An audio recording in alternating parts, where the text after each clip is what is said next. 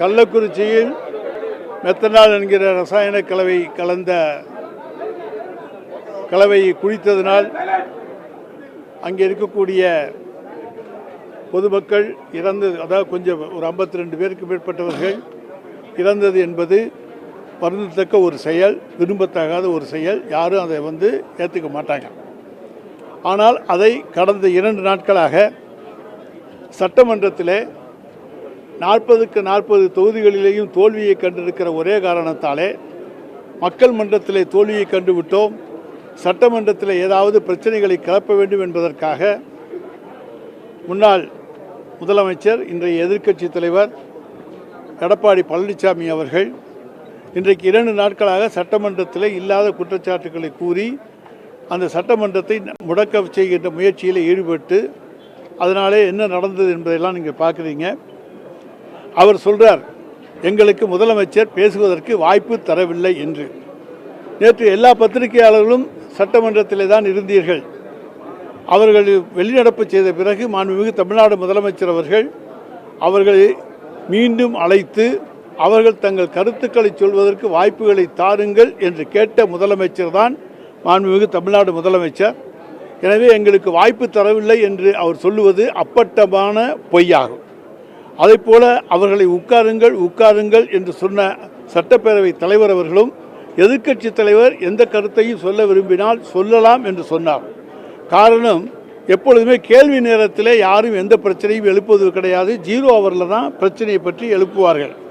ஆனால் இவர்கள் வேண்டுமென்றே கேள்வி நேரத்தையே கெடுப்புகின்ற முறையிலே பிரச்சனையை கிளப்பிய போது அவர்கள் எல்லாம் சபாநாயகர் இருக்கையை முற்றுகையிட்ட போது அங்கே சட்டப்பேரவைத் தலைவர் எதிர்க்கட்சி தலைவர் ஏதாவது பேச விரும்பினால் பேசலாம் என்று கருத்துக்களை சொல்வதற்கு வாய்ப்பை தந்தாரே தவிர அங்கே வாய்ப்பு மறுக்கப்படவில்லை என்பதை தொலைக்காட்சியிலே பார்த்தவர்களுக்கும் தெரியும்.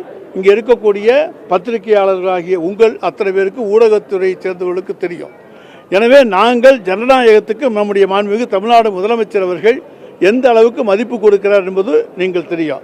கடந்த ஆட்சியில் என்ன நடந்துச்சு, நாங்கள் எந்திரிச்சாலே வெளியே தூக்கி போடுற நிலைமை இருந்துச்சு.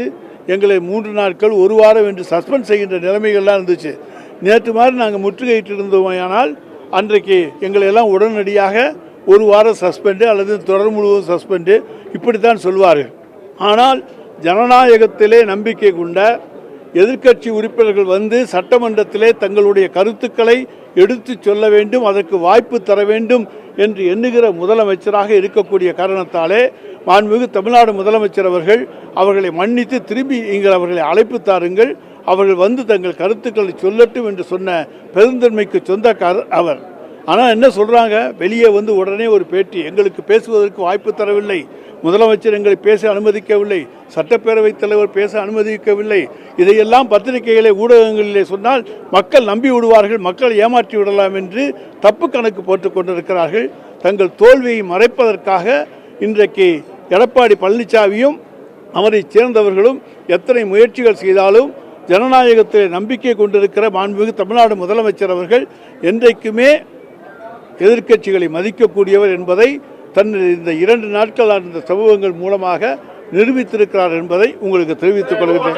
0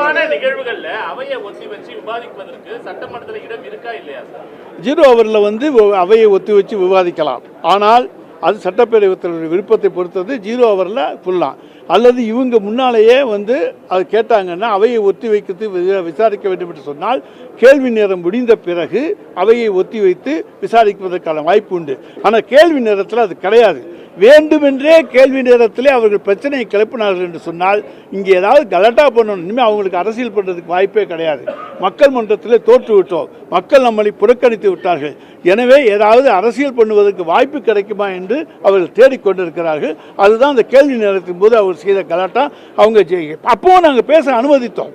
மாண்புமிகு நம்முடைய பேரவைத் தலைவர் அவர்கள் நீங்கள் உங்கள் கருத்துக்களை சொல்லுங்கள் என்று பேசுவதற்கு அவர்களுக்கு அனுமதி தந்தார். அதுதான் உண்மை.